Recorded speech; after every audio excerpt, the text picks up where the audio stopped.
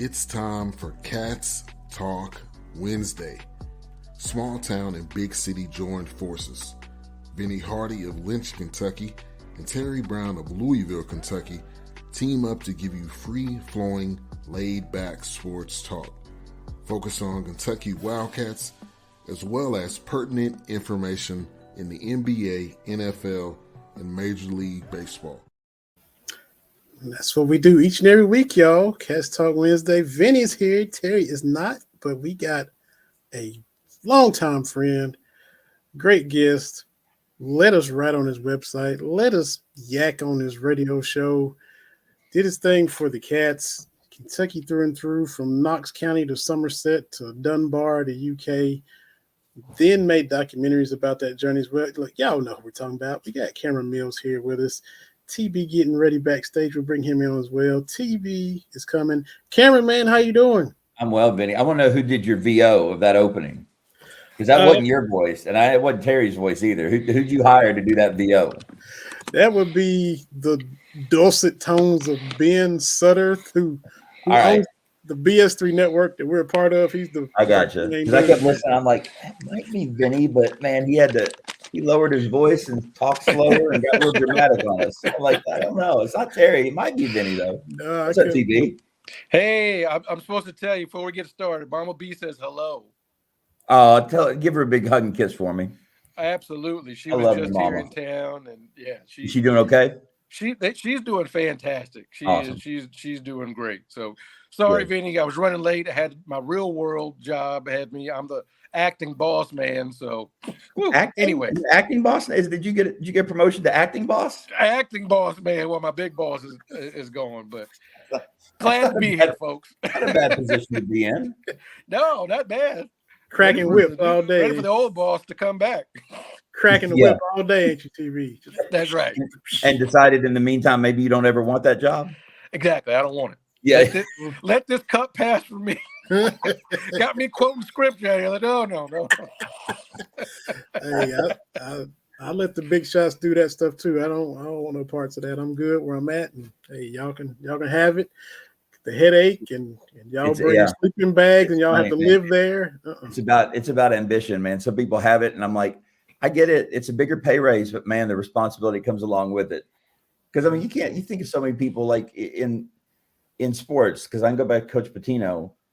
That's all he did. It's all he did. Yeah, he got paid well. It's like Cal. Cal gets paid well, but man, that's their life. Like, I don't know how they have time for family. Because if you're going to be successful at that level, it's just kind of, I mean, you don't have time. Everything is focused on the team. Like all summer, Cal, even though he says he was never worried about this team coming together, and I don't really think he was.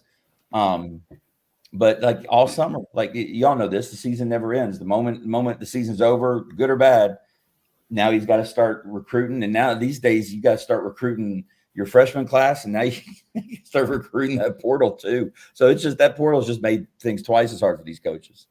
But it's all they do. Yeah, I said it. I kept saying when everybody was really panicked when there were 7 players, and I think, Cal might be sweating, Cal might be cool. Yeah, we don't know. But when he himself said the Trey Mitchell thing was fate, that kind of let you know that, hey, I'm glad. I might not have been panicked, but I'm glad this kind of worked out. Yeah. Hey, what happened to Huggy Bear? But I'm glad this kind of worked out. Well, and I think that's what everybody was saying when Coach Huggins resigned. It's like, okay, that's like, all right, everybody's going to go raid his team now. And with Oscar coming from there too, we already obviously had some kind of inroads there anyway. And of course, Cal and Coach Huggins have been friends for years. I think Cal's even called him one of his best friends. And I even thought, and I really do hope this happens, because clearly Bob Huggins needs to get some help, and I'm assuming he's saying that, admitting that, getting that help, because he resigned. He didn't make what WVU fired him, but I'm hoping he gets help. He goes to rehab. He gets clean and gets off the alcohol, and then I hope Cal hires him. I don't care, head assistant, advisor, but I mean, just they seem close enough, and I'm not the only person. I heard someone else say it too, like that's a possibility, like they could see it happening. So, I mean, I'm just thinking about that, like, man, to have Bob Huggins just not even maybe on the bench would be awesome, but just like associated with the team. Because when he was at Cincinnati, that's when I was playing. And I mean, he reminded me so much of Coach Pitino in just the way he coached his team. And then he's gotten older. Same thing with Coach P. They've gotten a little more, not loose, but just a little more relaxed, a little more chill. But they still demand so much from their players. And Bob Huggins, DUIs and all this stuff or not, man, he's got a lot to add to a young basketball player, especially a team like this year where, man, this is different than the last, 2 or 3 teams we've had where we're going back to, we got a couple of veterans in Trey and Antonio coming back. But other than that, we got 7 freshmen who, great as they are, they're still freshmen. And it's going to be one of those things where everybody's got to, I think, temper their expectations for, regardless of what happens in Canada. We may do what we did in Bahamas, last year, right? I mean, we railed through everybody in the Bahamas last year. We may go up to Canada and rail through everybody. And then everyone's going to get excited and think, oh, the Final Four year, we got 7 freshmen. And that's what the cool thing about Antonio. And Antonio's got his second year. And man, that second year is so important. And I know we lose so many to that second year because they go to the NBA or they want to go play professional ball somewhere, whether it's NBA or not. And nowadays, the transferring so easy. But just having a sophomore, even though Antonio's like a 5th, maybe 6th-year senior at this point. He's a super senior, yeah. 23, I think, yeah. But to be at Kentucky, so I think Cal was quoted the other day as saying, he knows what's expected now. He's not nervous anymore. He's not wide-eyed anymore. Now he's like a veteran, and not just a veteran of college basketball or D1 basketball. He's a veteran of Kentucky basketball. And, everybody was, so many people, not everybody, but so many people were saying I hope he goes. I'm like, he was like our second leading scorer last year. If there's a chance he's coming back, then we need him back. I mean, he was probably our most consistent 3-point shooter, I think. I don't know if that bears out statistically, but it seemed that way to me. So anyway, Cal's got, what do we got? 9 guys now with, I think, 2 more open spots. Is that right? Something like that. I think we're up to 11, right? Did we get to 11? I think you're right. Yeah, it's 11. It's 11, which that would be right because I think they've got 13 scholarships. So he's got 11 with 2 more spots left. Mm-hmm. And I mean, I don't know at what point the portal closes, but this sounds bad as a former walk-on. I'm hoping those last 2 spots aren't like walk-ons that he elevates, even though that's a wonderful thing and a great thing and something that happened to me. But I'm like, all right, let's get a couple more, just like some veteran presence on that team that is just so chock full of freshmen that are going to play. So, but with the freshmen that we have, you've got DJ Wagner, and you got Reed Shepard, who his dad very, very well. Mm-hmm. But I would say those 2 in particular would be different than other freshmen because they kind of know what's going on, I'm just assuming, that Reed has more of an idea than others. DJ because of his father, right? Because his father playing for Cal and his father probably I see what you're saying, TB. There's a lot of information that they can be imparting. There's a lot of wisdom that I know for a fact that Reed's getting. I mean, I know from his mom and his dad. Right. There's a lot of humility that's being pushed on that kid who doesn't need it now, but he will. I mean, it's so important for Reed to, he's around it. He's been a superstar and in everybody's eye line for over 2 years now. And but man, once that's in high school now. Once you get to Kentucky, everyone knows you're coming, but now you're there. And man, it's so easy to just kind of fall into the trap of becoming somebody you're not because all of a sudden the state is now treating you like a god. And Shep and Stacy, I have no doubt they're going to keep Reed on a tight chain as far as making sure, no, dude, you're staying humble. We're staying grateful and humble. And DJ, surely his dad is imparting the same thing, and then can also impart the same thing, like he playing for Cal. Like, let me tell you, this is how you handle this, right? When Cal comes down on you like this is what you need to do. Because I'd have teammates do that to me with Coach P. I walked out of a practice one time with actually one of our very first practices, my very first practices, and I was like shocked, like just shocked, like, oh, Like it's going to be that every day for 4 years. That's what I'm going to have to go through. And so it was awful. I mean, it was one of those early season, like hell week practices where coach was like trying to like run everybody off. Like, I'm going to hurt you so bad in this practice. Everybody's going to want to quit. And so, and I survived it. I remember tugging on Mark Pope's shirt on the way out of Memorial Coliseum back to the lodge. And I said, hey, Pope, I said, is that about as bad as it gets? And I was relieved to hear him say, yeah, that was a rough one, but that's about as bad as it gets. I'm like, all right, okay. I don't want to go through any more of them, but I know I can at least handle it. So I that kind of stuff, that having somebody say, this is what you expect, this is what you can go through. So yeah, I see your point, TV. But here's the thing. It just, I mean, there's just a leap when, there's a leap in competition. This isn't the AAU. This isn't the Peach Jam or, any of that stuff anymore, where you're playing against great competition.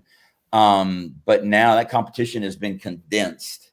So you've got all these guys, many of whom are getting recruited to D1 schools, playing in these AAU and travel ball tournaments, or getting recruited to play college basketball. But, now you jump up to not just college basketball, but you jump up to high D1, like top 25 college basketball, where the literal expectations, from the fans are Final Four at least, or failure of a season. And, these guys, especially because we know Cal's always had kind of a loose attitude towards social media, using it highly himself. But, I don't know how much these guys see. I know to us, we were always banned from media. We were banned from Sports Center, banned from the newspaper. Herald leaders were not allowed inside Wildcat Lodge. I mean, we weren't allowed to hear, because Coach P didn't want us either way. He didn't want us to hear the negative unless it came from him. And then he definitely didn't want us buying into the positives. So when you got, in the moment you're there, man, all of a sudden you're bombarded already, right? Already these guys are being bombarded with, well, what we have now is not enough, right? I mean, the fandom went into panic, like Vinny, you were mentioning earlier. And whether Cal was panicked or not, you got to wonder, well, what are the players thinking, right? Are they thinking, if the fans are panicked, because one way or the other, the roster was going to fill out, just matters of what it's going to, I mean, we're going to have 13 players. We're going to have enough to go at least 5-on-5 in practice. I mean, even if that means he has to have open tryouts for the campus, and we bring in some guys, living over in one of those brand new dorms that costs about $40 billion to build. But it's going to fill out. But one way or the other, it's not a matter of that it fills out, it's who he fills it out with. So it'll be just having that into practices that have been going on this week. I've been dying to know. I'm hopefully going to get to go see him practice tomorrow. And we'll see if that happens. But I've been dying to kind of see, all right, now that you're all there, or most of you there, like what is this? What's it look like? Like what's Reed doing? What's DJ doing? What's Rob doing? I mean, all that stuff, like when they're together, competing against each other for spots, right? Because that's what they're doing right now. What's that look like? Because we're a week out, from the first game in Toronto. Yeah. Was there years where you guys had some exhibitions in the summer?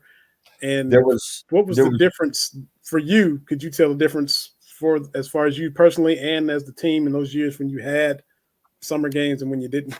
It's weird, because unless the rules have changed, which they very easily could, because clearly NCAA has changed a whole bunch of rules recently, because state legislatures have forced them into it, which has been awesome and incredible to watch. But we could only take a trip out of the country one time every 4 years. So basically, a player could not go. Your team couldn't take you out of the country more than once as a player. So if you're going to be there 4 years, every 4 years you got to go. So it just so happened, and I think part of it was luck in a sense. But the year coming up, the 95-96 season, where we had all that talent, and I mean, immediately had all that pressure in the summer that, okay, this team's, should be ranked number one. And that's when, even we were, people were saying, our second five were as good as our they were the number 2 ranked team in the country. That season, the summer before that season, we went to Italy. Going to Italy, we played, I want to guess, the important part was we had, because of that summer, just like the guys are doing now, we had 10 days of practice that was allowed that summer. And so one of the biggest things that I think is missed out on from some people about why that 96 team was so good, and so good early on, in spite of the fact that we lost our second game to a Coach Cal UMass team, was because we got a jump start on everybody. I mean, we got, when you're trying to take, especially when you got 7 freshmen on a team, and regardless of 7 freshmen, basically everybody's new. Antonio's the only holdover, right? So we've got a Duthiero, and then we've got, Ugo. Here. Ugo. Did he leave? No, Ugo's back. Okay, all right. So we've got that. So we've got what, 3 guys that were on last year's team. Everybody else got to integrate. And those 10 days of practice, assuming it's still 10 days, I mean, we went 3 a days. We went like at 8 a.m., we went at noon, and then we scrimmaged at night. Because in summer, with those rules, like usually the NCAA says, all right, you got a 20-hour a week rule. You can't practice more than 20 hours a week. You can't practice more than 4 hours a day. I don't think there are rules for how much they can practice during those 10 days, if it's still 10 days. And so Coach Pitino took full advantage of that and said, dude, we're getting 30 practices in. We got 30 practices in a unair-conditioned Memorial Coliseum, which finally, now they're putting in the air conditioning, probably this week, but unair-conditioned. I mean, in the middle of July or probably June, and then in July, we were in Italy for 7 days. So you had those 10 days, 30 practices, then you had about 7 games in Italy. So then you have a break, right? The season starts 3 months later, but that team is still gelled together or has had the opportunity to gel together with that. So that trip to Italy for us in the summer before 95, or the summer of 95, I guess it would be, was huge for us because, I mean, even though it wasn't our full team because the freshmen weren't allowed, the incoming freshmen weren't with us, it was the guys that were going to play the significant minutes.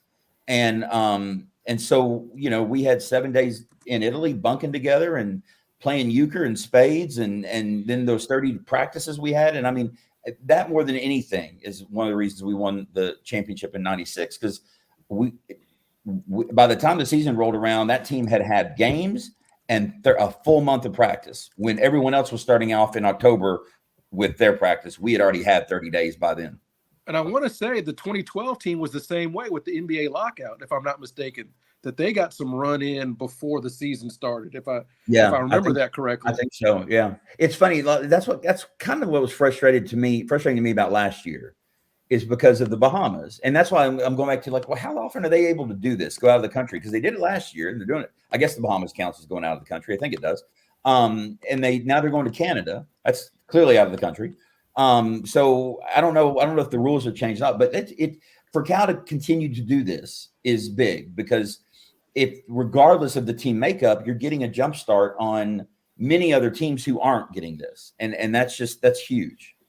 And one thing I like, I'm sorry to cut you off, Vinny, is it keeps Kentucky basketball, it's still going to be on that ticker on ESPN. Like the season never ends. Yeah. Like even though last season wasn't great, we're still of the 10 most watched college basketball games, Kentucky's always involved in like 4 or 5 or 6 of them. It's like us or Duke, either way. But in the summertime, well, here's Kentucky playing in the Bahamas. Here's Kentucky in Canada. Yeah. I love it because, hey, that's what we do. But do you love it, Terry, because you want to see it as a fan? Or are you thinking strategically, like, man, this is just helping with PR and recruiting and publicity? Both, because I think most fans just think that getting a roster together is like your NBA 2K or whatever. Oh, I need a shooting guard. Oh, I need a center. Go in there and pick one out and give him. Right, but if you've played basketball any stretch, you can get a team of 5 average guys that have been playing together for years, and they will beat the brakes off. I've seen it at parks all the time, right? Like Villanova. Right. 2 years in a row. These guys have just been playing forever and ever and ever. Yeah. And, and that's what I try to explain to folks, young Kentucky fans. Right. Because it's always who would win between 2012 and 96. I'm right. Like, yeah. I always say that you 98 guys would have something to say. I think we would, in a sense, for the reasons you're talking about. But the funny thing to me is you can't, if you want to take different eras, and certainly the 98, 96 team was the same era, because there were, if you take those 3 years, 96, 97, 98, there were only 20 guys. 20 guys played on those 3 teams. That's it. Just 20 guys. That's why when we had our reunion last year, and UK celebrated us at halftime, there were, I mean, there were only going to be, even though a lot of guys couldn't come because they're now coaching in midseason. TD couldn't be there because his brother was unfortunately passed away from cancer. And like there are only 20 guys. So but when you go like there certainly is a difference between, the era of the 90s, late 90s and the early 10s, right? So I always think you can't, when you want to compare those teams, like what would happen, like what of all the Kentucky teams, like if they play, you can't take it to one game. No, we got to play a series. We got to play a 7-game series. 7-game series will get us an accurate depiction on which team's best. One game again, and that again is what is so maddening to some degree, but so exciting about the NCAA tournament. I mean, this isn't an NBA playoffs. It isn't a 7-game series every series, where you will truly get the best team will ultimately win. Obviously, they're going to win 4 games out of 7. That's the best team, right? NCAA tournament, man, that's why it's March Madness. It's left up. You got teams that have no business being in the Final Four, but they're there because you know what? They got hot at the right time. And that's why I preach all the time. I do not care. I do not give two. I don't give anything. I don't care what's happening now. I want the team to practice and get better. I don't care if they up to Canada and go, how many games are we playing? 5, 6? We up to Canada and go, oh, for whatever. If we lay a goose egg in Canada, I don't care. It means nothing. I don't care if we lose midway through the season. I don't care if we lose in January. Now, when we hit February, I don't care if we lose, but I want us getting better. Because when we hit late February, now at this point, this is all that matters. And I don't. It's not that I want to. It's not that I don't want to see him win. It's not that I don't want to see him beat Louisville and Kansas. And what's the ACC team we're playing now? It makes zero sense. Miami. Zero. I don't know what that is about. Why wouldn't they put us against Duke? Everybody thought it. I mean, what? Not that Miami's deserving, but it's. You could have There's never been a Miami-Kentucky rivalry, as far as I know. It's no sizzle. You send Kentucky to Cameron indoor. You send Kentucky to Cameron. You bring Duke to Rupp. You could print money. Yes. Think about what those tickets would go for. Think about what the Louisville tickets went for last year, and it wasn't a Louisville team that we were probably going to have much trouble with either way, right? But you bring a Duke, and I don't care if Krzyzewski's not there or not. I don't care if Duke's highly ranked or not. We go to Cameron Indoor because have we ever been to Cameron Indoor? I don't think we've actually played there. I don't know if we ever have. We never did. And we played him once when I was there, and obviously it was in the Tropicana Fieldhouse in St. Petersburg. I don't know what Cameron Indoor looks like, and I don't know if any Kentucky player does. We've been to Chapel Hill, but we have been to Durham. I do like how you just casually talk about, oh yeah, we played them back in '98 in Tropicana. Yeah.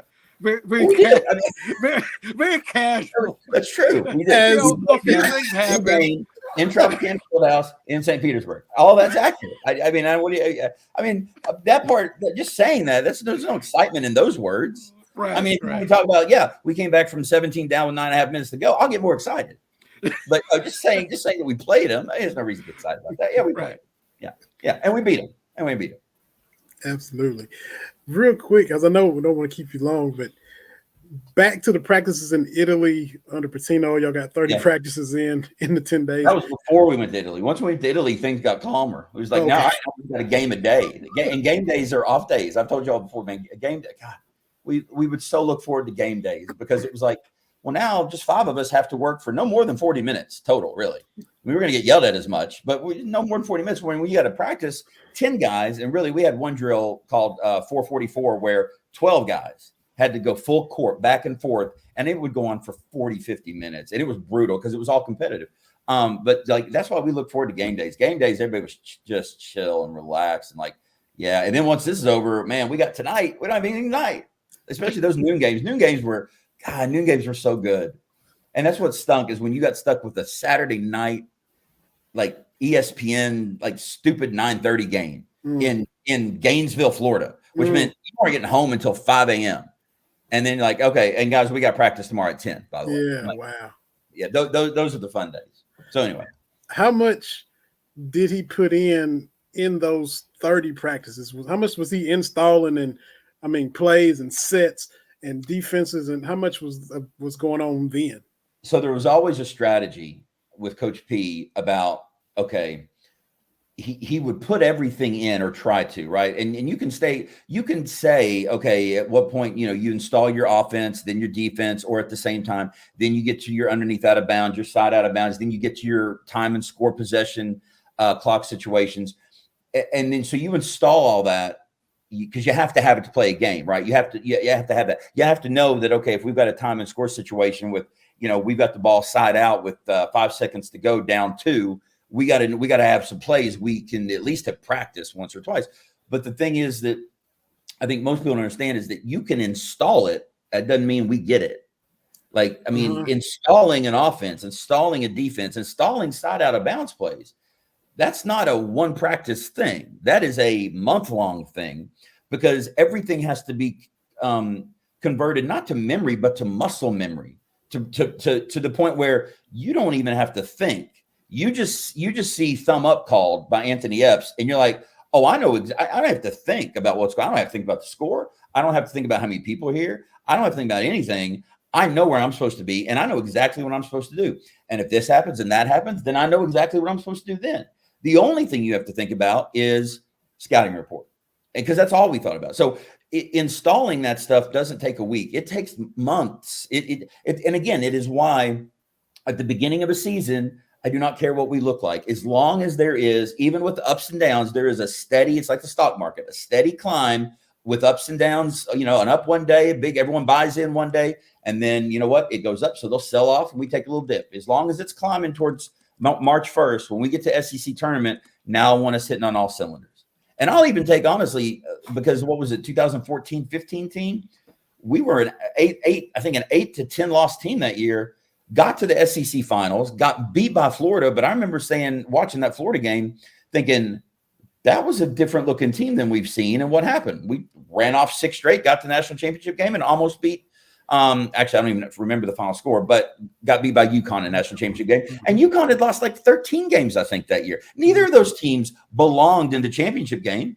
Neither of those teams nobody was picking UConn and Kentucky at the beginning on Selection Sunday to be nobody. Well, Kentucky fans were, but nobody else was. But what happened? Those 2 teams competed for a national championship. So it doesn't matter what we think is going on now. What matters is that those 13 guys are having a very myopic view of team only, right? It's like your friend group right now, because we've all got our boys, right?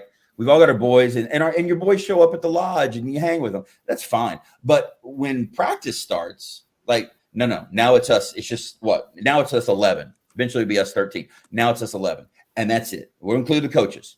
The coaches, the 11 players, that's it. No one else. There's no one else getting in this bubble. This bubble is now ours. It is only ours. We'll handle things between each other in this bubble. It will not leave this bubble, and no one's getting in this bubble. And that's how right now, because it's started right now. There is, TB said, there's no off season, whether the media thinks so or not, whether they're talking about it or not.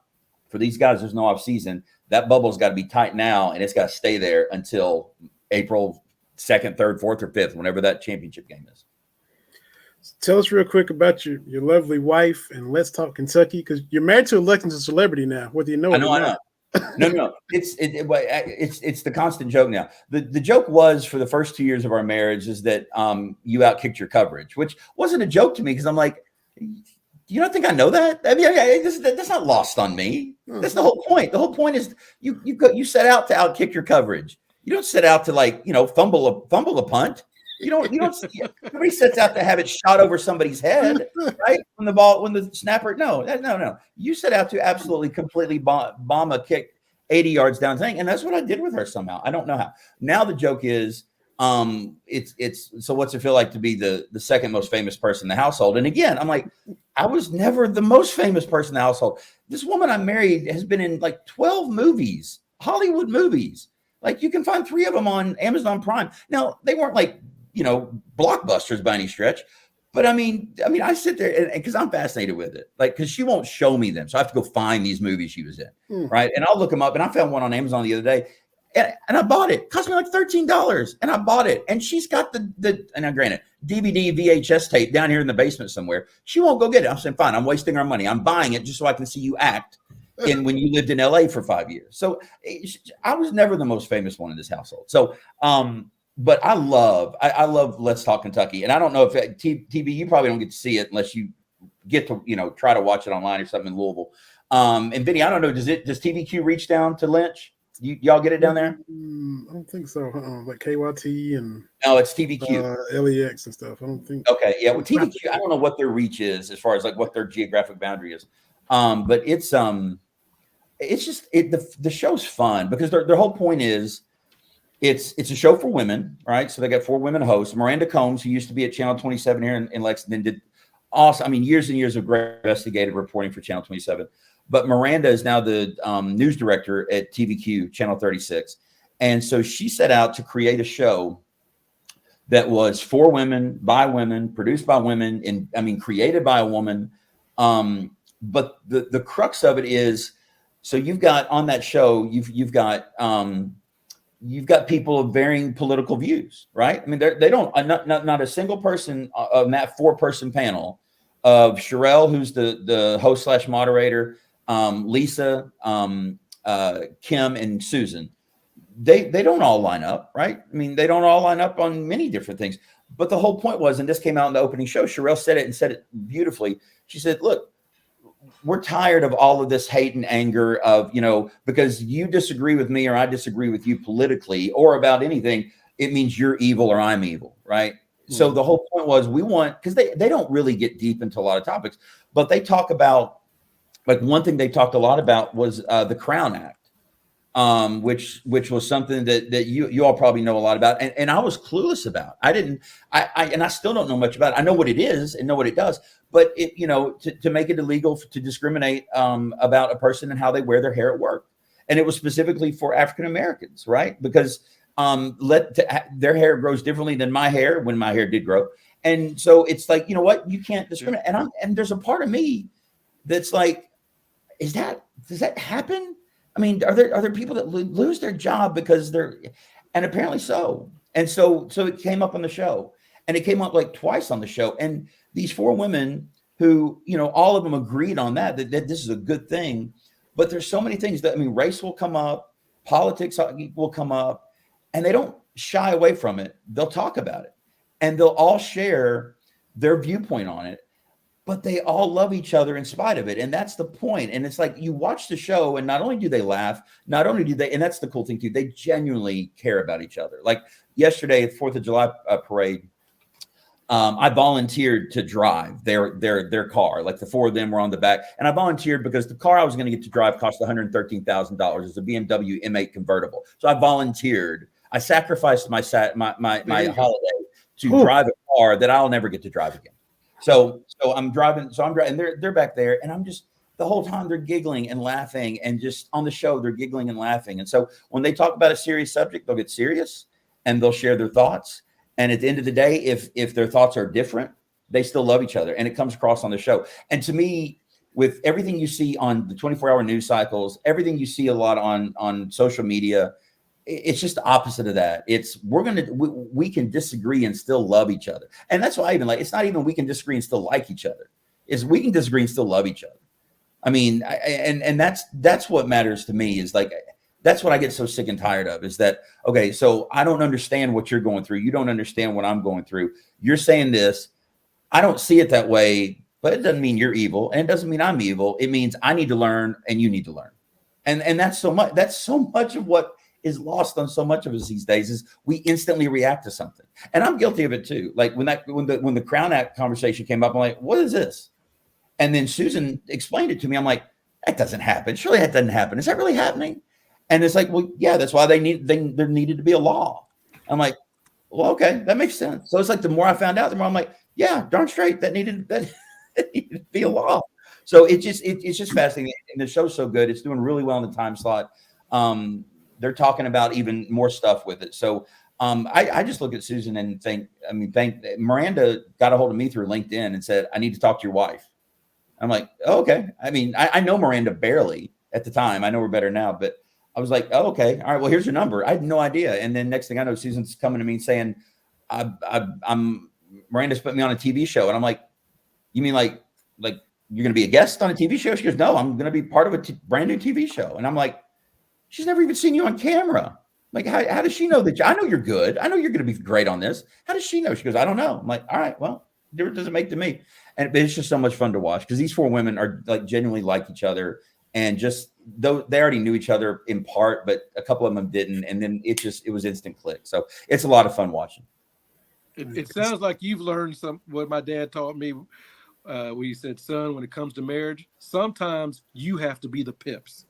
Sometimes you have to let your woman be Gladys and get the spotlight. Right? And then you just got to be in the background. I almost interrupted TV and said, what the heck are what are pips? What are pips? So you got to let her be Gladys Knight and you be the pips. She's going to be leaving on the midnight train to Georgia. And then you come in leaving. And then you just and then you come right back. You know what? So, I wish I'd met your dad. I love your mom, but I wish I'd met your dad because your dad sounds like an amazing man. Yeah, I had the privilege of meeting Vinny's dad, which was amazing before we lost him. But I wish I'd met your dad before you lost him. But you're right. No, it is. But that's the thing. Look, I told Susan I've told her this several times because she is a very I don't know how to say it. She doesn't need a man. She doesn't. She's a very independent, powerful. Sounds silly to say, but I mean she is in my eyes. She's got a special needs child that when we met she was raising to some degree on her own. Alex's dad is still involved. But like I married her and I'm like, look, babe. And this, I don't ever want this to come across as arrogant and I feel like sometimes it does, but guys, my dreams of what I wanted out of life, right? When I was a kid, what I wanted to do with life, I wanted to play at Kentucky. And from the time I was 12 years old, I wanted to be in full-time Christian ministry. When I was 22, I got both of those done. And like, I honestly, at this point, other than like, yeah, I want a new Bronco. That's a dream. I'd like a new Bronco, right? That's still out there. But other than that, like everything I wanted out of life, I got at 22. And then Susan comes along and I'm like, oh, okay, it can get better because she's amazing.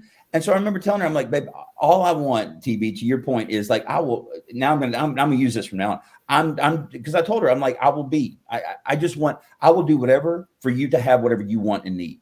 Because I got I got my dreams. I got my dreams at 22, and I still have my dream of being in ministry, traveling and speaking. Let me help you. Let me help you with whatever you want. What do you want, right? And so she's got her autism tribe. She's got this TVQ, Let's Talk Kentucky show came out of nowhere, and she loves doing it.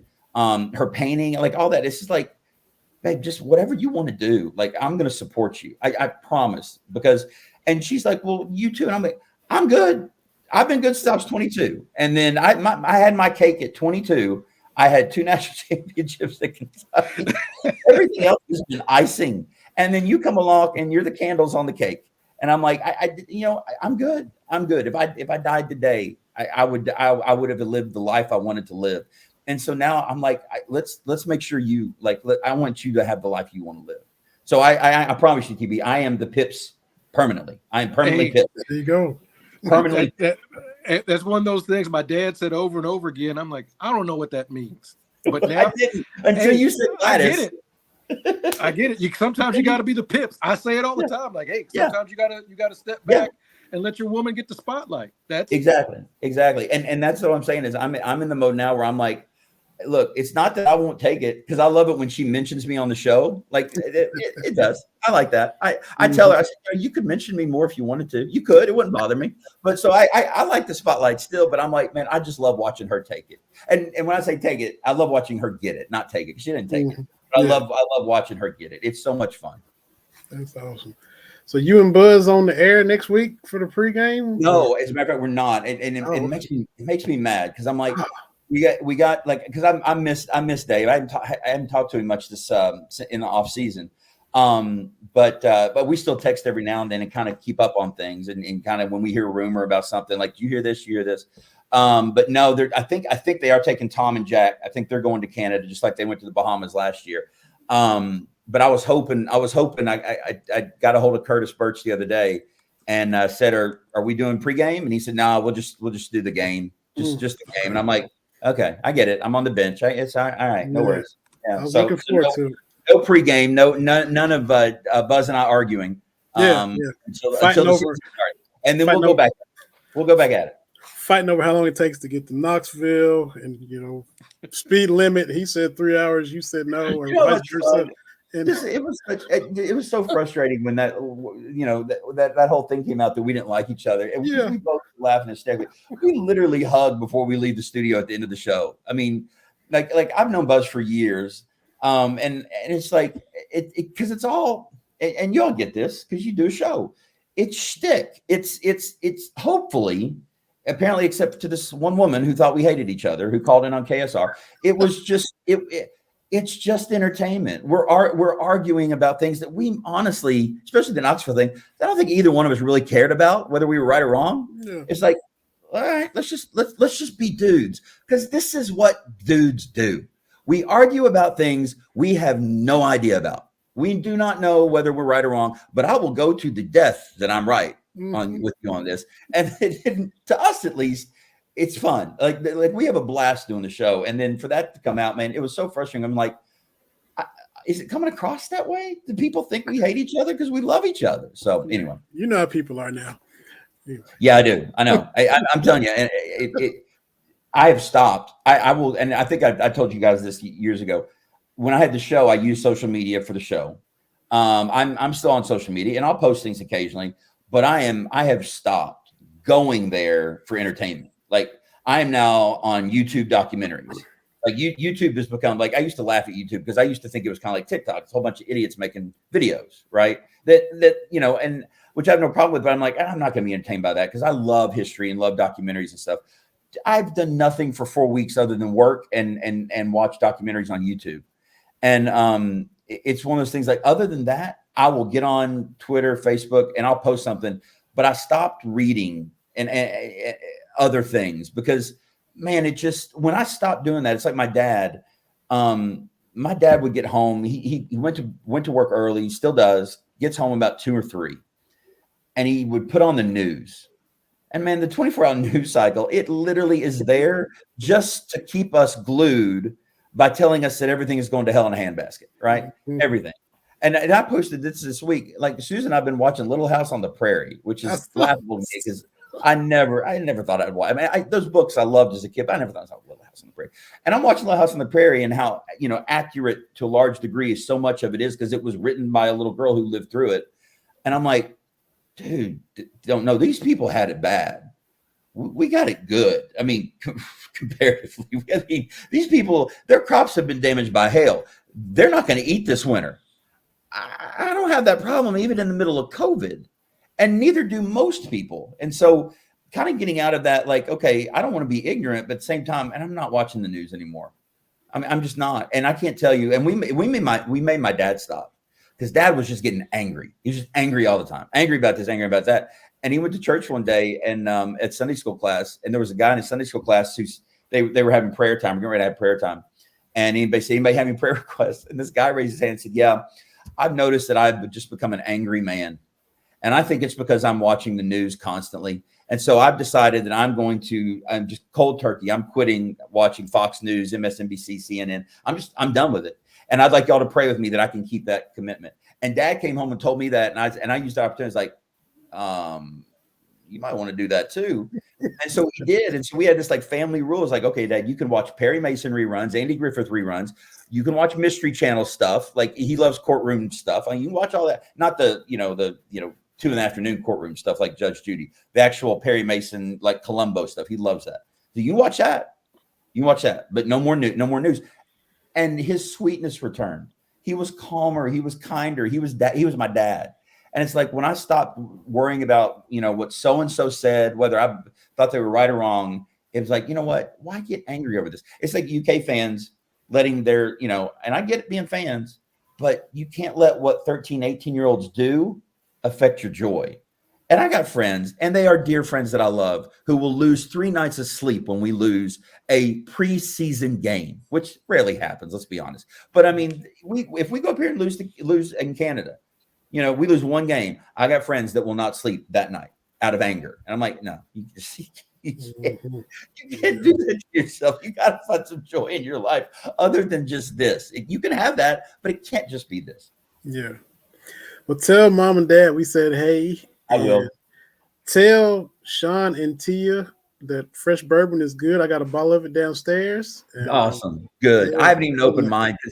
They signed mine. So I'm like, we're just keeping it. We're just collecting that one. So good. I will tell them though, next time I see him. I honestly, Vinny, I hadn't seen Sean since senior year in high school. I don't think. Because Sean was a senior at Dunbar when I was a freshman and he played on the basketball team with me. And I don't think I had seen him since high school. And when Fresh came out, I was like, this is too cool. And they were having that meet and greet or signing over at Liquor Barn. I'm like, we are going to a bottle of their bourbon, and we're gonna. I'm gonna. And I told Susan, I'm gonna introduce you to Sean Edwards. So I'll make sure next time I see him, it might be 25 years from now, but next time I see him, I'll tell him that I got friends down in Harlan County. They got a bottle of Fresh. Absolutely, man. I know we kept you too long. Apologize. No, you're good. I just talked too long. That's all it is.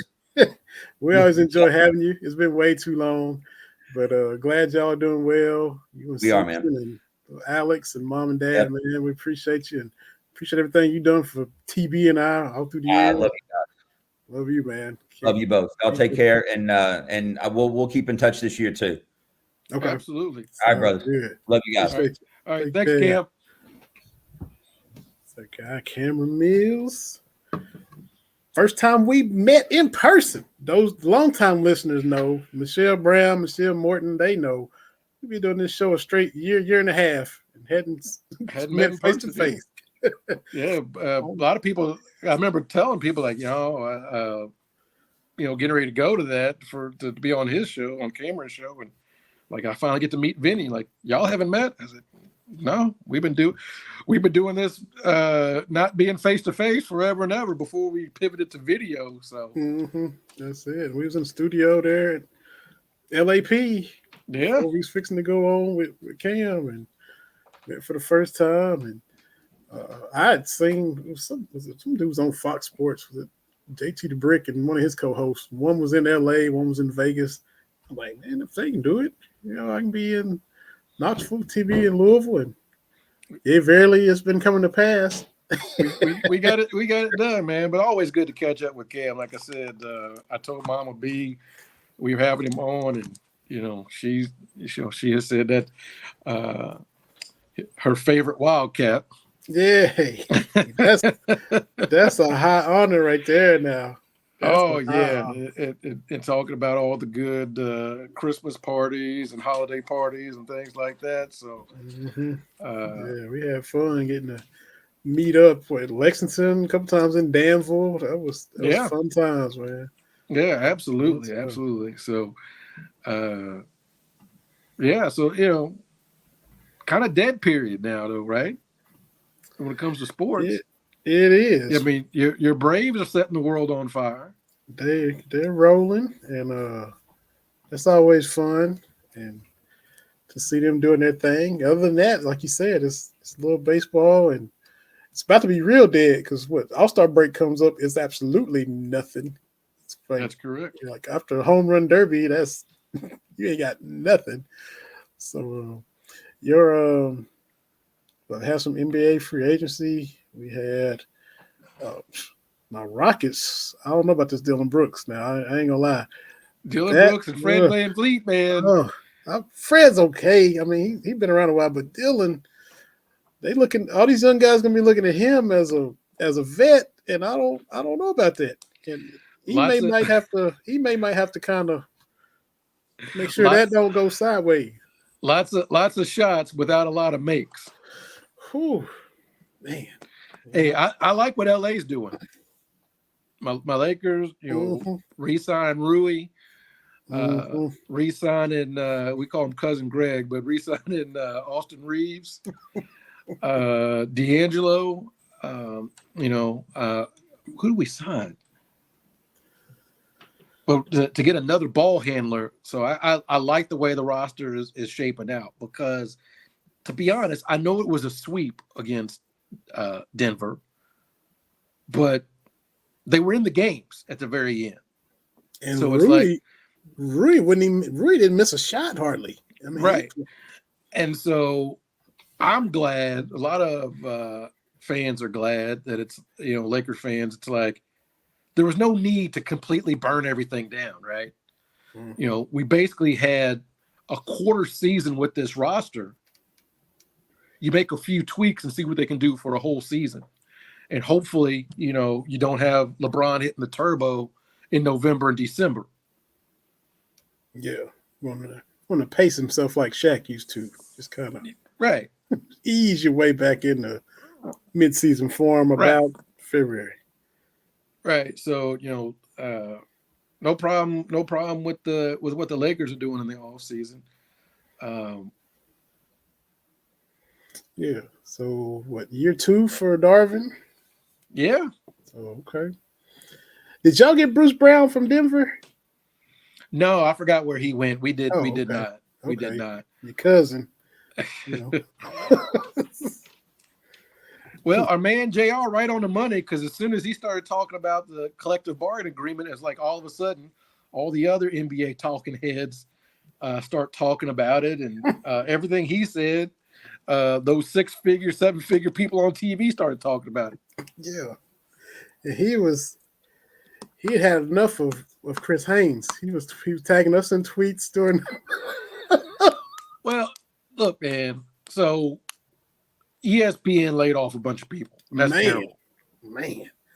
Like heavy hitters. Your boy Steve Young, Susie Colbert, Jalen Rose. I feel bad for Jalen Rose's barber. What's Jalen Rose's barber? That man's always looking sharp. Man, how you almost 50 and got good hair like that? Full head of good hair like that. I'm a little envious. So, my whole thing is they decided to embrace debate. ESPN did. Mm-hmm. And that changed everything.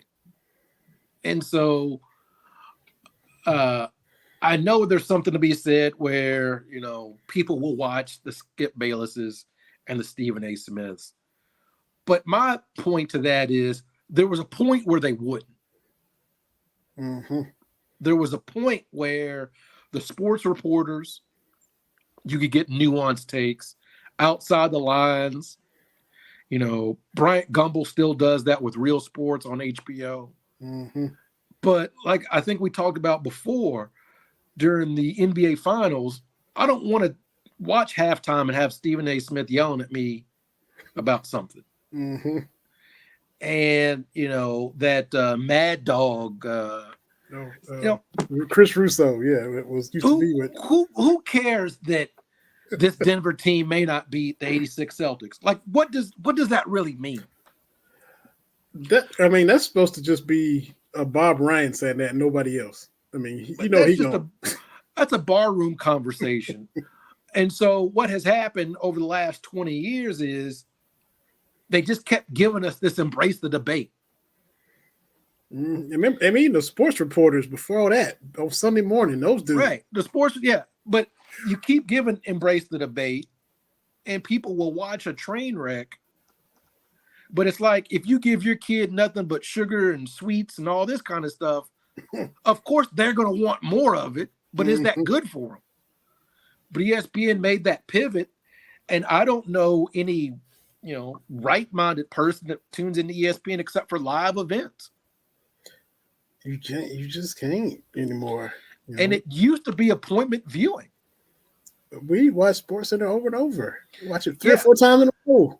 Because was it the 7 a.m. SportsCenter that was like the new one that replayed until noon, and then there was a new edition that was on a couple of times. Yeah. And I know the world is different. You can get highlights more places. You can. The world has changed, but I don't know. It's a sad state that you can't even have just nuanced sports things. Mm-hmm. Like give me Jokic's backstory. I don't care where he ranks in big men like that. Why are we having that conversation? Mm-hmm. Because everybody in a rush to do everything way too early, and that's been a thing too. The soon as one-sided moment is still playing, and well, let's look at next year's top 25 for no reason. And that's what kills me is we don't really know the players. No, because no one's telling the stories. Mm-hmm. And instead of telling stories, we get these hot takes. Now the players don't want to talk to the media. The media doesn't have to talk to the players. That was the other big thing was with the sports reporters and with Pardon the Interruption and even Around the Horn years ago, those people giving opinions went to the games. Mm-hmm. They covered the games. And it goes back to your man, Skip Bayless, talking about the Cowboys. But, you can say crazy stuff if you don't have to face people in the locker room. Mm-hmm. And so it's caused athletes to be more guarded. Yep. The Players Tribune became a thing because of that. And, I just write my own story. Right. And you see what Draymond Green's doing. That's not better. Mm-hmm. But I think there's a way that you can interview and that you can get to the heart of stuff without being hot taking. Exactly. But whether or not we get back to that, I don't know. I think, it's kind of changed. There was a while there, when our parents were coming up, what did you know about, Mickey Mantle? Not a lot. Right? We didn't know a lot, Mm-hmm. but there was that sweet spot where you kind of understood. I think you got guys to open up. I mean, heck, Ahmad Rashad would get Michael Jordan to sit down and talk. Mm-hmm. My main man. And you don't get that. When's the last time you saw like a star sit down and talk to, give a 10, 15-minute sit down interview? When they're not in trouble. I'm not talking about John Morant. I'm not talking about all that. I'm just talking about sitting down with a real deal journalist. Now, correct me if I'm wrong, do we really have to flash all the way back to, we mentioned ESPN, do we have to go back to the Sunday conversations they used to have? Like, Stuart Scott used to sit down with MJ. Do we got to go, we have to go back that far?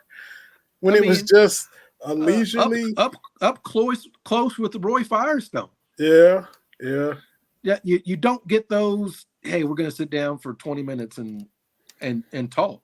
Mm-hmm. You look back on at Jerry Maguire. That whole setup with up close what it was. Mm-hmm. You sit down and you talk and you get someone to tell their story because there are great stories out there. Mm-hmm. Jokic is a great story, like war-torn Serbia, there's a story there. And I really don't know.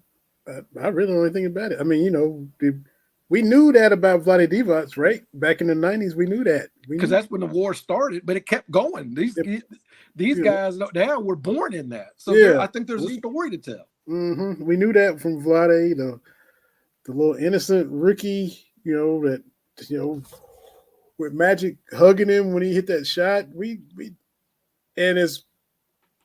had less access then, but we knew more then than we do now. Got way more access now and don't know near as much. As weird as that. And because it's either there. We don't need any of this trauma porn where like the NFL likes to do during the NFL draft. We don't need that.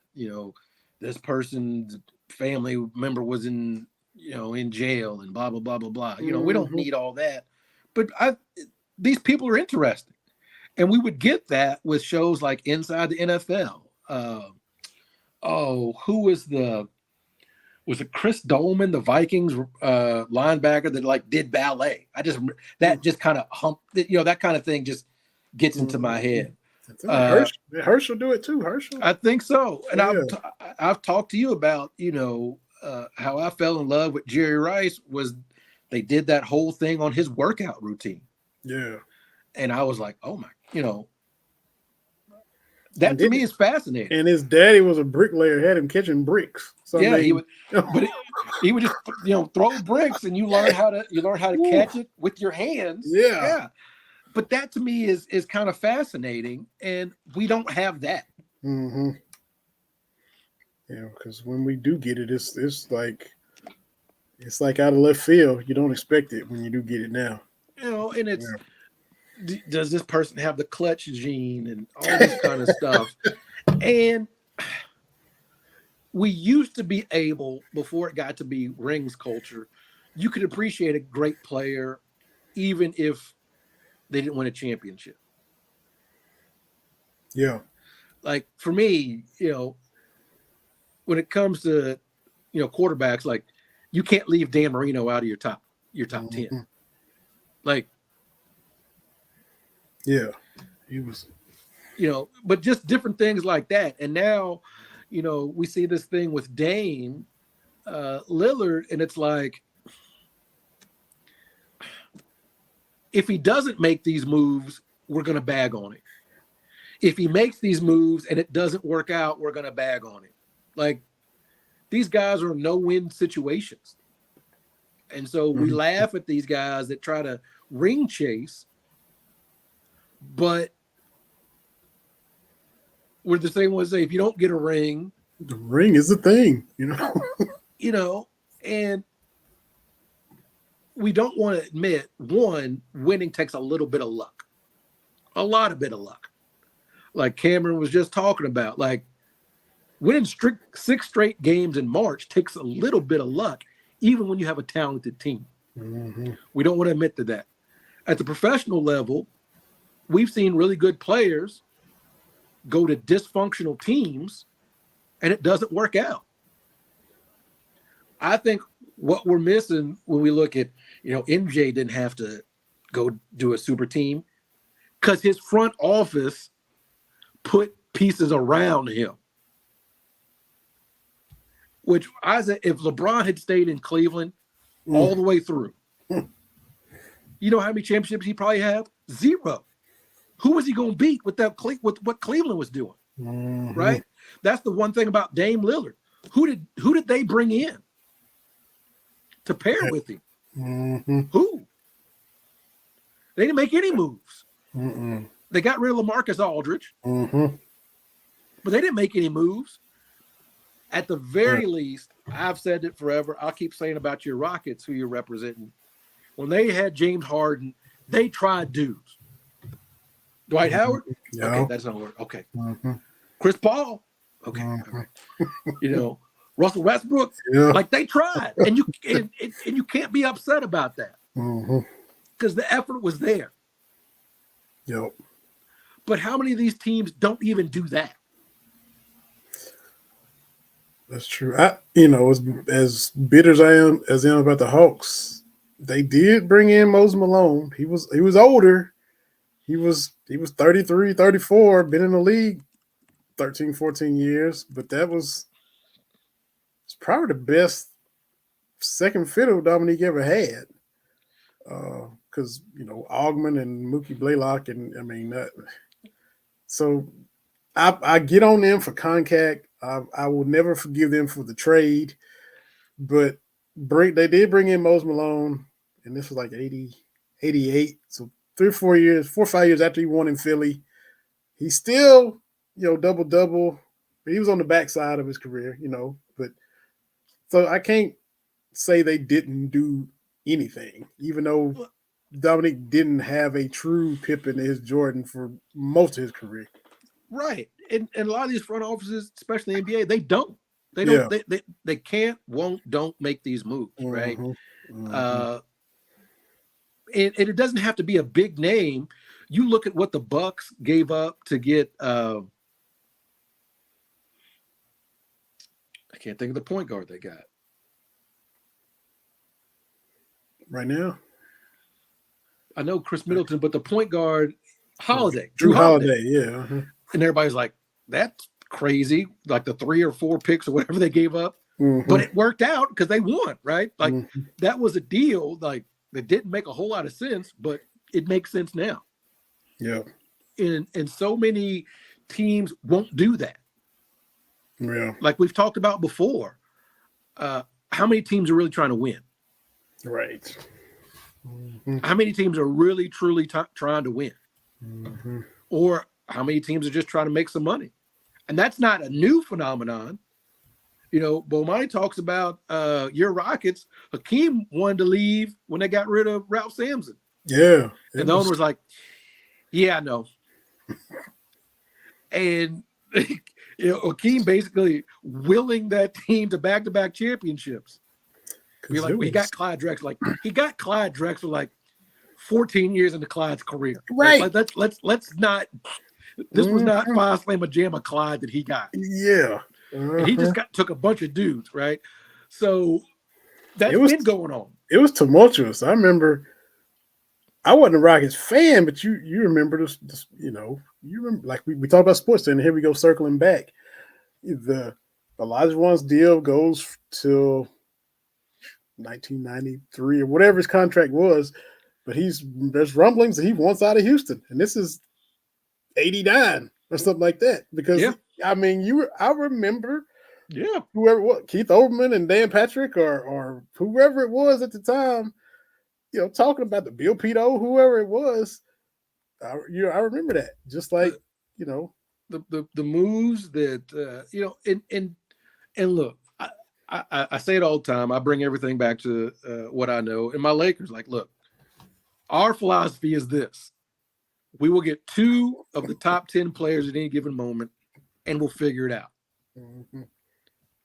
Does it always work? No. Does it work a lot? Yeah. Sure is. So, for me, it's like, is your team trying to win? Because you can run a sports franchise, make money, and the team not win. Yeah. We've seen it. Mm-hmm. Clippers laundering money. Yeah. But, that's the thing. Look, again, I give your Cowboys props, man. Like, Jerry Jones wants to win. Yeah, he's trying to make some money, but he really, really wants to win, and he will pay to make that. Mm-hmm. He'll pay what it takes to be competitive. Now, when the play call in the playoff is something different, but that's neither here nor there. Vinny, I'm gonna go to my grave when we stop doing this show and we in our 80s, and I'm still gonna chuckle about Ezekiel Elliott snapping the ball to Dak Prescott, because that's got to be. I can't even imagine what you was thinking when you saw that. Man, on the heels of the year before, how that ended, running out of time or trying to get up, and then we do. Well, I don't know. Do you just? The funny thing about that, though, that was the game I had to watch on the plane. This past year. Yeah, that was. I was flying back. My plane had got delayed. I watched the first half, and then I'm in the air for the second. Mm-hmm. Luckily, I got free Wi-Fi. My lovely wife is texting me because I can't get video because of the airplane Wi-Fi. And so she's texting me plays down in distance. And then the game ends, and she's like, "You won't believe this." And she describes it, and I'm like, does she not know how football works? Right? Like, that's like, because I'm thinking, why would Ezekiel Elliott be snapping a ball? Like, all right, okay, maybe you missed. Maybe it was a flea flicker. And then I get over. I'm like, that's the play. But yeah, I'm still gonna chuckle back. Mm-hmm. That's all I can do, because it says, was it Jack Book? I don't believe what I just saw. Yeah, that's kind of how I was, except it was frustrated and disappointing. I was at the airport lounge there in Charlotte, watching a bit of the game with the guy, and I think he had a Bosa jersey on, a 49ers jersey, and we're talking, watching the game, and I think the Cowboys had scored to go up, and I'm like, man, and he's like, takes a sip before he checks his tab out, and he says, "Man, don't worry about it. It's the Cowboys. They'll figure out a way to do this." And I wish I could find this guy and be like, "Hey, you right, man." Yeah, that's my reputation. Thing is, with especially on the professional level, is your front office trying to win, and is your coach coaching to win? Like, you have to find a way that works. Like, again, I talk about the Lakers. Not every franchise can just get 2 stars that want to be there and figure it out. Like, that doesn't work for everybody. Yes. Right? Like Milwaukee, find you a unicorn, a la Lou Alcindor, a la, Giannis, and you do it that way, right? Mm-hmm. Rockets, hey, we had a disgruntled star once, one back-to-back. We had a disgruntled star with James Harden. We tried to make it work. Like, you got to find what works for you. That's it. Speaking of stars, we got our second guest in the Green Room TV backstage. She is from your home city of Louisville. She's a proud alum of those Sacred Heart Valkyries who won 57,000 state tournaments in the women's Sweet 16. We're talking about our homegirl been coming on from way back in West Virginia, interviewing Allen Iverson and Dikembe Mutombo, and takes time to talk to us too. You know who we're talking about. Anna Tarullo. What's up, guys? Thanks for having me on. My wife's favorite sports reporter, not me. I think I rival you as your wife's biggest fan, TV. I love me some Kate. So why not yours? Why not yours, TB? That's why not. This is what happens. This is what happens. You said, I got Anna coming on. I said, great. I sent a text to my wife. She's like, I love her, all caps. And I sent that text to Anna. I was like, you did. I don't get all caps. Me and Kate, we are soul sisters. We get each other. Coming to us from some palatial estate. Look at you. Okay. Oh my God, my parents. I'm in the pool house. All right. Oh, your birds chirping, the ice maker's going. We are not professional today, boys. Great place to be in this summer July heat, Anna. You got it right. Not a bad subject. Thanks for having me on, guys. I missed you all. I haven't seen you in a minute. It's been too long. We should have been. It's been a while.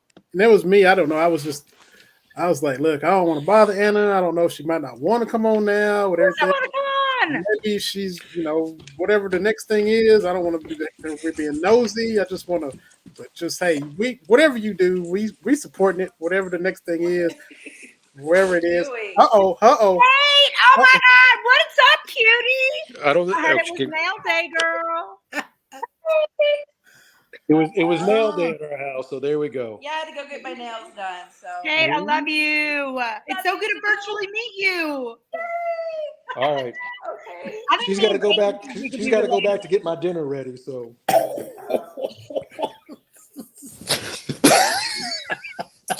This is your memorial service. It was so great to know you. That's why I'm back down in the basement now. So. Okay, bye. I'm running. Oh my goodness! Oh man, CB just flirting with death on flirting with death. Flirting. So what's going on, man? What's happening? I'm just chilling right now. I have no exciting news to report. I did a little radio today, which was I saw that. Yeah, it was a blast to get back out there, and I love talking about the cats. I love talking about everything.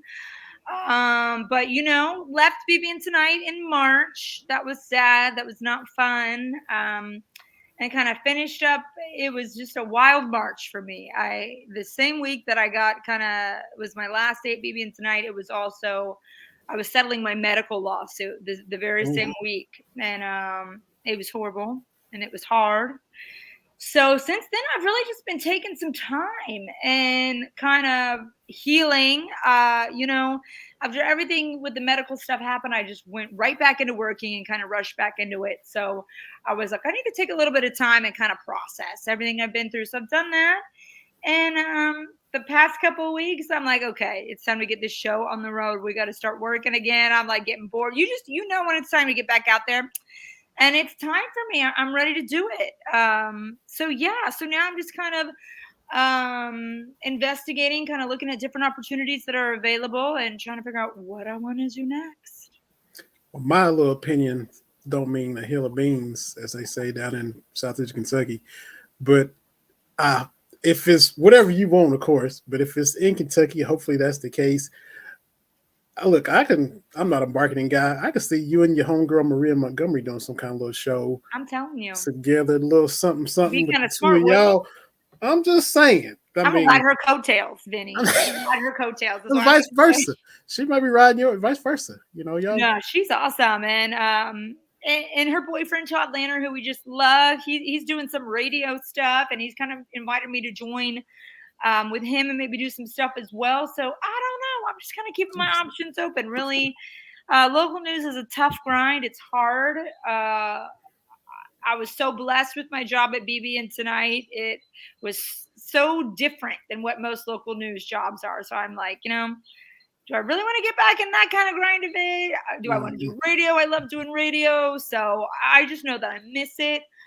I'm ready to get talking about it again. I'm ready to be in the thick of things again, is what I'm really ready to do. As talented as you are, something is definitely going to come up. Some opportunity or opportunities are definitely going to come your way. So we're just looking forward to seeing what it is. You mentioned your own radio today. She was down there in Louisville with your boy Strebel, TB. Love me some James. Y'all, we got out of pocket today. We were talking about aliens. We were talking about he loves some aliens. Oh, hey, TB, she was also talking about, I don't know if you saw it, y'all are Louisvillians. She's talking about that tweet the football team put out in the park with the little pickup shirtless football they was doing. Yeah. Jeff Brom and all of them just wasn't shirts. It was skins versus skins in the park. And if you ain't seen that, TB magazine, what's going on here? Louisville football Twitter, look that up.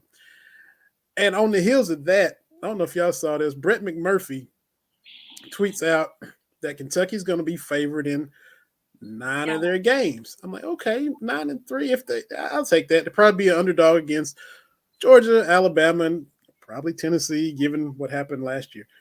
Then you see that Louisville is favored in all 12 of their games. So that means we're an underdog to Louisville. Not Tennessee, I guess, but then Alabama and Georgia. So look, Brom, is he an upgrade over Satterfield? I'm sure he is. Yeah.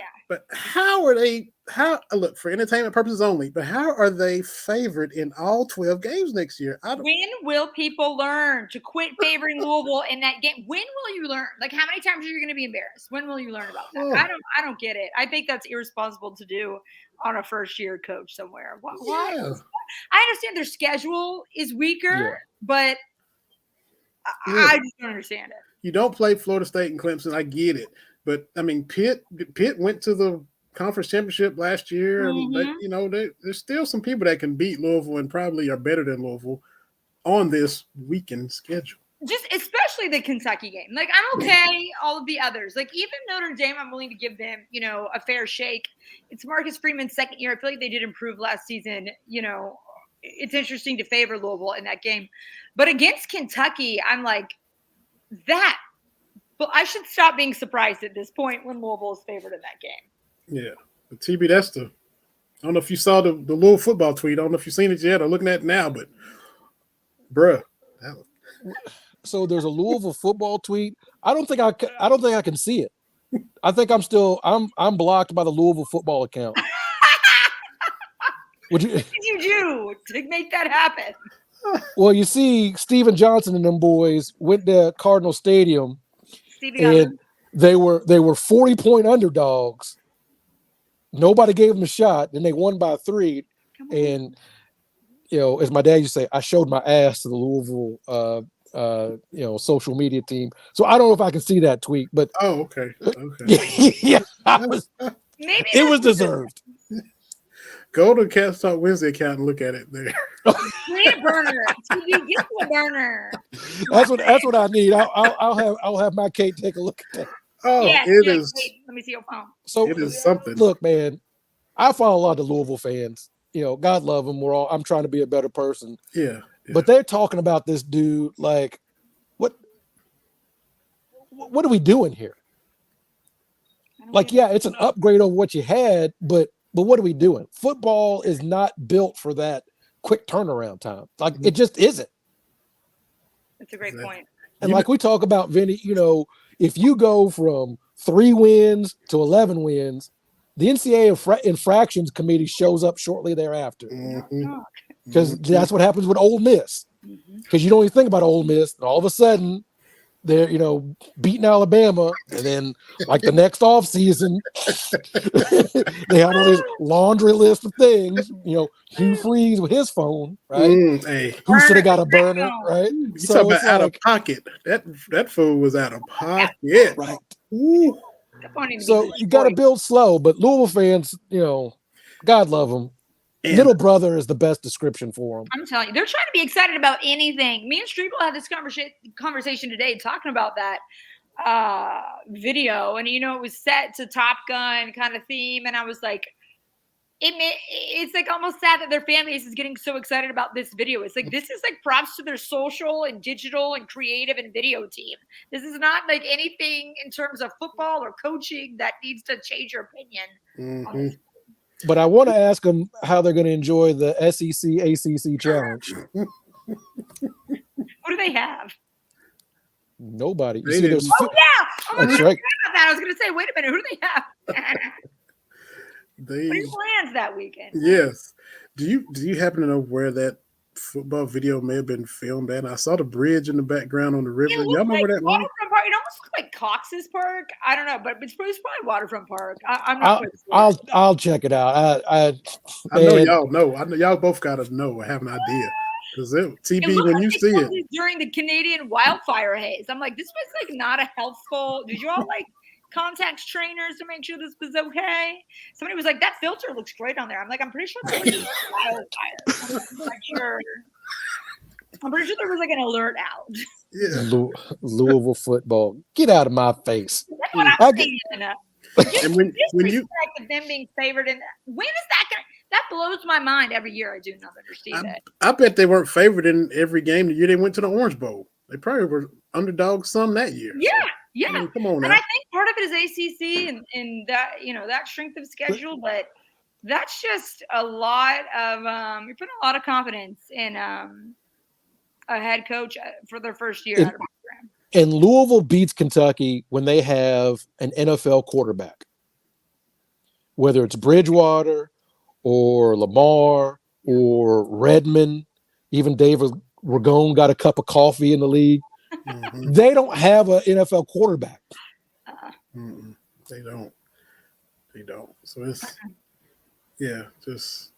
I just don't understand. I do not understand it. Because like last year, Kentucky didn't play that great, and I was never worried they're going to lose the game. I'm like, they looked awful. And won by 2 touchdowns. Levis wasn't looking great. That game, not a blip. I don't get it, but I'm anti-Louisville, so there you go. Love the city. Yeah, me too. Me too. But I love y'all city. But I'm telling you, I mean, hey, you know what? I'd rather be on this side of that game, being not favored and always win, than being on their side and always being there. Yeah, that's true. I guess it's at least making people some money betting on it, but. We got basketball in a week, Anna. What you looking for from these Canada games? How excited are you? I'm so excited to see DJ Wagner. So I'm most excited about. I think he brings some dog in him. I think he brings something to the program that a Calipari team hasn't had in a while, and what makes a Calipari team a Calipari team. Just kind of rough-nosed, hard-edged. I don't know. I think it's just going to be a little bit different this season. And I had the chance to interview him and Aaron Bradshaw. Hopefully everything works out with Aaron Bradshaw, the injury, whatever it was. I know we're not going to see him in Canada. I'm excited to see them and have something to talk about and to give us an idea of this roster. But I'm not, putting too much into what we see. We remember the Bahamas last season. I feel like we were ready to win an Olympic medal after that little those 2 games. So we're like Antonio Reeves, MVP, National Player of the Year, and then he didn't even get a sniff. He barely, he didn't even get a lot of playing time after that. So I don't know. I think it's exciting. I think it's awesome. I think Cal has 9 lives. People were really concerned leading into the offseason, but I don't know. I'm excited. I think this freshman class is really going to surprise a lot of people, even though I know they're the number 1 class, whatever. I know they have a lot of good things said about them, but I have a lot of confidence in them. Yeah. And It'd be 4 games to quench the anxiety and the anticipation, and to talk about. then everybody will, be losing their minds again in August until football. But it's a little something for the fans to nibble on, to chew on. Good or bad. Cal was tempered expectations already in his press conference last Friday. We might go do like Baylor. We might go 0-4, and they might, and people will be going crazy. But like we just had Cameron Mills on, it's all about learning and practicing and getting better right now. And if you get whooped 4 times against these pro teams, already these global teams, look, it doesn't count in the standings, and it goes towards you getting better when it counts.